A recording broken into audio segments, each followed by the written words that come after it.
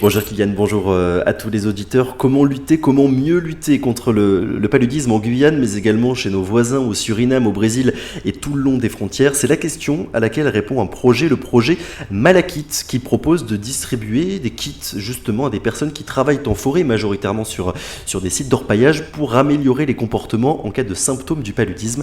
Pour en parler, je reçois donc ce matin Maëlys Douine. Vous êtes médecin épidémiologiste au Centre d'investigation clinique anti-Guyane et vous travaillez sur ce projet depuis quelques années maintenant. Concrètement, pour qu'on comprenne bien de quoi on parle, c'est quoi Malakit, à qui ça s'adresse et comment ça fonctionne?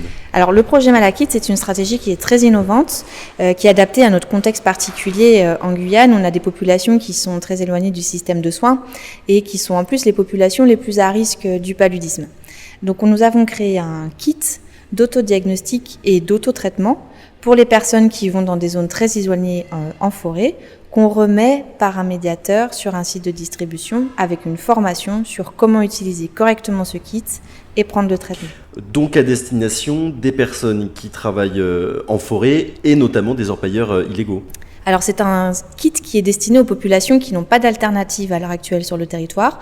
Donc effectivement plutôt les personnes qui travaillent sur les sites d'orpaillage illégaux très isolés dans la forêt. Pour qu'on se rende bien compte, le paludisme, ça touche combien de personnes aujourd'hui en Guyane? Est-ce qu'il y a des données chiffrées précises sur le sujet? En Guyane, le paludisme a nettement diminué ces dernières années. Encore dans les années 2000, on était à plusieurs milliers de cas par an, alors que maintenant, c'est quelques centaines. On n'a vraiment plus beaucoup de cas de paludisme. Il y en a encore un petit peu sur le bas Oyapock et le Haut-Maroni, et en forêt également sur les sites d'orpaillage. Donc ça veut dire, si je vous suis bien, que sur le littoral, la maladie a quasiment disparu, et les derniers sites où il est présent, c'est vraiment dans les zones de l'intérieur, d'où l'importance en fait du projet Malakit. Voilà, c'est ça. C'est les populations qui sont les plus touchées à l'heure actuelle. Et comme il s'agit d'une maladie transmissible par les moustiques, c'est une question aussi de santé publique. On l'a vu avec le Covid, la santé des uns impacte directement la santé des autres. Donc traiter ces populations, c'est protéger l'ensemble de la population de la région. J'aimerais bien qu'on revienne sur le kit en tant que tel, puisque ça fait quelques minutes maintenant qu'on est en train d'en parler. À quoi il ressemble ce kit et qu'est-ce qu'il y a à l'intérieur? C'est une petite pochette plastique d'environ 20 cm de large, waterproof, donc résistante à l'eau, avec deux pochettes séparées. La première pour les tests de dépistage rapide du paludisme. Donc ce sont des petits tests qu'on peut utiliser en usage individuel, donc avec une petite piqûre au bout du doigt, une goutte de sang et vous avez un résultat en 20 minutes. Dans l'autre partie de la pochette, vous avez un traitement complet du paludisme, un traitement qui se prend sur 3 jours, et du Doliprane, le paracétamol, pour les douleurs et la fièvre qui sont associées.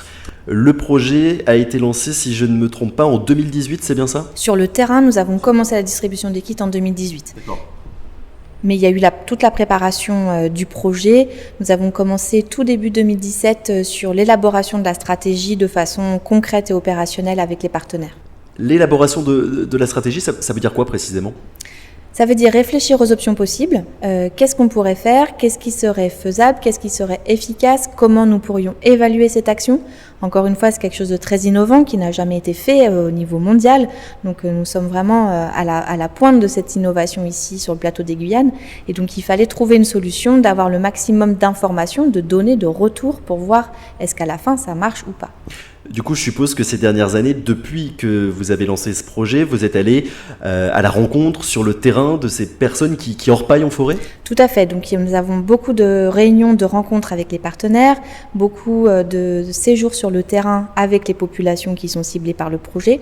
Donc surtout sur ce qu'on appelle les bases arrières logistiques, qui sont localisées le long du Maroni, le long de l'Oyapock, où les personnes sont plus faciles à rencontrer, où nous avons discuté avec eux, expliqué la stratégie, vu ce qui était le plus faisable, le plus acceptable pour eux, ce qui pourrait marcher, pour essayer ensuite d'écrire le projet définitif. Et le contact avec eux, comment est-ce que ça s'est passé? Est-ce qu'il a d'abord fallu que vous gagniez leur confiance? Parce que majoritairement, les orpailleurs illégaux, ce sont quand même des personnes qui n'ont pas envie de se montrer. Alors, cette étude s'est basée sur une première étude que nous avons montée en 2015 au Centre d'investigation clinique, déjà en partenariat avec le Suriname, pour essayer d'évaluer la situation. pour voir à quel point la situation du paludisme isolé en forêt était importante ou pas.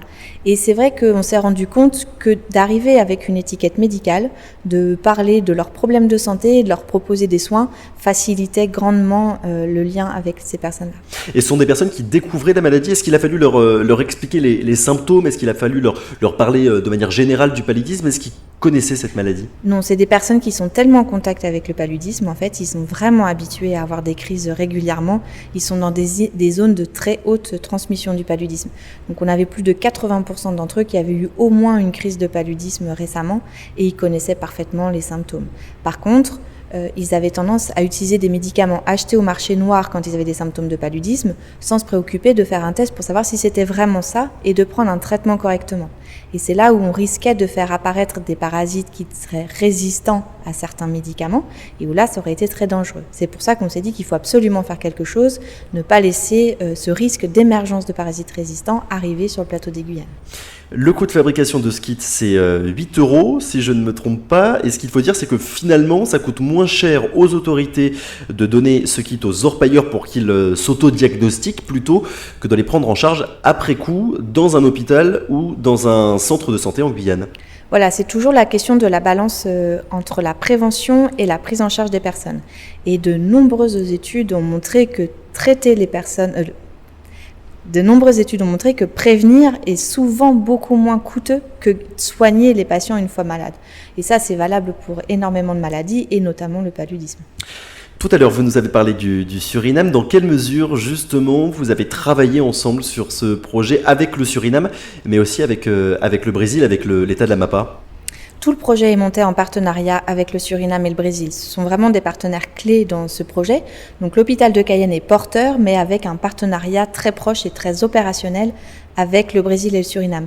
Donc à la fois avec des institutions de recherche, donc avec une fondation, la fondation Osvaldo Cruz par exemple au Brésil, la fondation SFOS au Suriname, qui sont des associations de recherche, et des associations de terrain, de médiation en santé, comme DEPAC Frontera au Brésil, et en partenariat aussi avec les institutions sanitaires, donc c'est-à-dire les représentants des ministères de la Santé des 3 pays. Où est-ce qu'ils vont être distribués ces kits? Uniquement en Guyane ou bien ça a vocation à être distribué dans d'autres pays?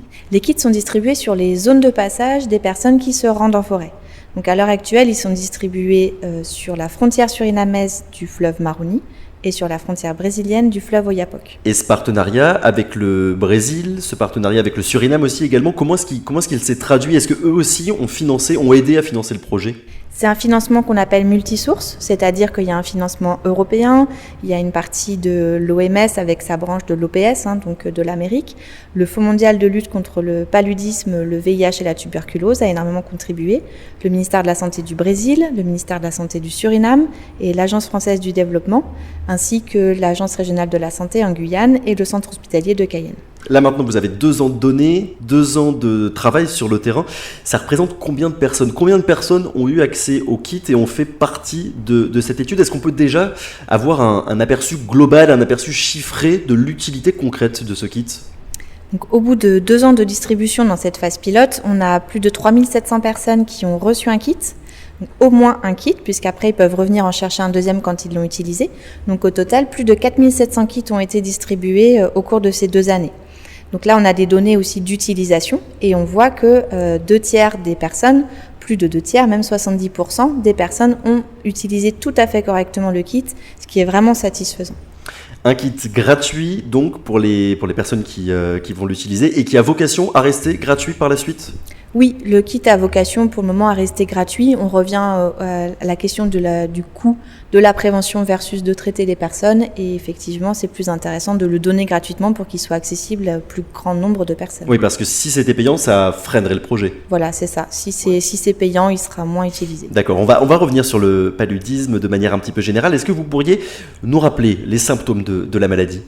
Les symptômes du paludisme ne sont pas très spécifiques, c'est-à-dire que vous allez avoir de la fièvre, des courbatures, des maux de tête, des fois des troubles digestifs, donc douleurs abdominales, vomissements, diarrhée.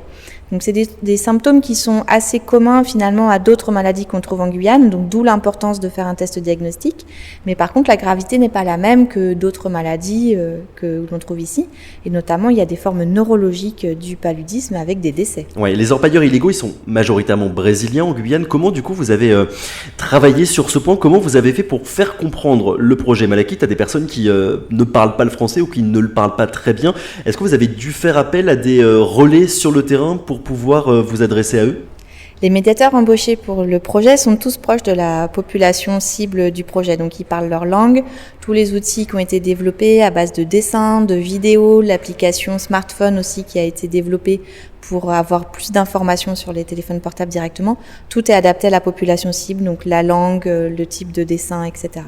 Cette problématique-là, elle ne touche pas que la Guyane, que le plateau des Guyanes. Est-ce que ce kit a vocation par la suite à être exporté dans d'autres régions du monde ? Tout à fait, voilà, on a mené cette étude qui est vraiment une innovation de proposer comme ça l'autotest et l'autotraitement. C'est la première fois que ça existe sous cette forme-là. Et cette expertise que nous avons menée au niveau du plateau des Guyanes avec le Suriname et le Brésil, maintenant on se dit que ça pourrait profiter à d'autres pays du monde qui ont ce même type de problème, avec des populations qui se déplacent, qui vont dans des zones avec beaucoup de transmission de paludisme et qui pourraient bénéficier de ce type de kit.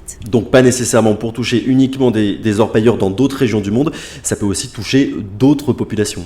Ça peut être d'autres types de populations, par exemple le bûcheronnage illégal qui existe quand même dans de nombreux pays, avec des populations qui vont en forêt donc pour bûcheronner pour un certain temps, qui attrapent le palud dans ces zones-là, qui revient quelques mois plus tard dans la ville ou le village d'où ils sont originaires, et à ce moment-là peuvent également transmettre le paludisme. Donc dans ces populations qui sont migrantes de façon un petit peu pendulaire, qui se rendent régulièrement dans des zones de forte transmission, ça peut être intéressant. Ce projet, pour qu'il puisse voir le jour, on l'a dit, ça fait plusieurs années maintenant qu'il a été lancé. Il a fallu combien de personnes au total pour que ça puisse marcher ? Alors pendant cette réunion de présentation de fin de projet, il y a eu plus de 80 participants. Alors effectivement, à cause du coronavirus, le bon nombre d'entre eux étaient en vidéoconférence. Il n'y avait que les personnes de Guyane qui étaient ici en présentiel. C'est difficile de dire combien de personnes ont travaillé sur ce projet au total, puisqu'on avait sur le terrain 11 médiateurs, plus 2 superviseurs dans chaque pays. Nous étions 4 pour coordonner le projet à Cayenne, mais après, il y a de nombreuses personnes qui ont donné beaucoup de leur temps sans qu'ils soient forcément comptabilisés dans les effectifs. En tout cas, c'est un projet avec beaucoup de partenaires, que ce soit les institutions internationales, Fonds mondial, OMS, les ministères de la Santé de différents pays. Beaucoup d'organismes ont été très intéressés par l'étude que nous avons menée. Vous nous avez dit que c'était une innovation, que ce projet c'est quelque chose qui n'avait jamais été essayé auparavant. Comment ça se fait que ce soit si long à être mis en place par les autorités sanitaires ? Ce qui se fait dans beaucoup d'endroits du monde, c'est de former des agents de santé communautaires, c'est-à-dire de former des personnes qui vont être un petit peu référents dans une communauté à diagnostiquer et traiter les autres. Ça, c'est pas possible en France. Quelqu'un qui est non professionnel de santé ne peut pas diagnostiquer ou donner un traitement. C'est l'exercice illégal de la médecine. Donc, il a fallu adapter, trouver quelque chose d'un peu différent qui respecte la régulation la réglementation de notre pays. C'est pour ça que nous avons proposé de former des gens à s'auto-diagnostiquer et s'auto-traiter. Et c'est vrai que c'est une population qui n'est pas forcément allée très longtemps à l'école. Et donc on se demandait si ça serait vraiment réalisable. Si c'est réalisable chez nous, ça peut être réalisable aussi dans d'autres endroits avec des populations qui sont également moins éduquées, on va dire. Dernière question, cet autodiagnostic, l'idée qui est à la base même de Malakith, est-ce que ça va pouvoir être étendu pour d'autres maladies ?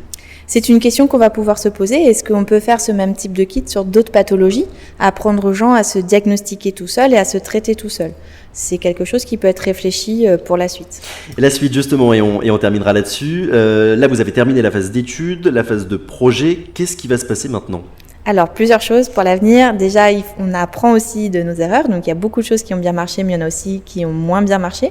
Donc, il faut qu'on améliore ce qui a un petit peu moins bien marché. Par exemple, sur les outils de communication pour leur expliquer comment utiliser correctement le traitement, on se rend compte qu'on peut encore mieux faire. Donc, on va faire une étude qualitative, c'est-à-dire on va faire des entretiens avec les gens pour voir ce qu'ils ont moins bien compris.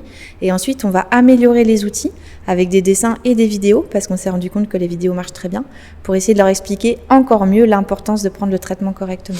Merci beaucoup Maëlys Douine, on le rappelle, vous étiez avec nous ce matin pour parler de ce projet, le projet Malakith. Merci d'avoir été notre invité, bonne journée.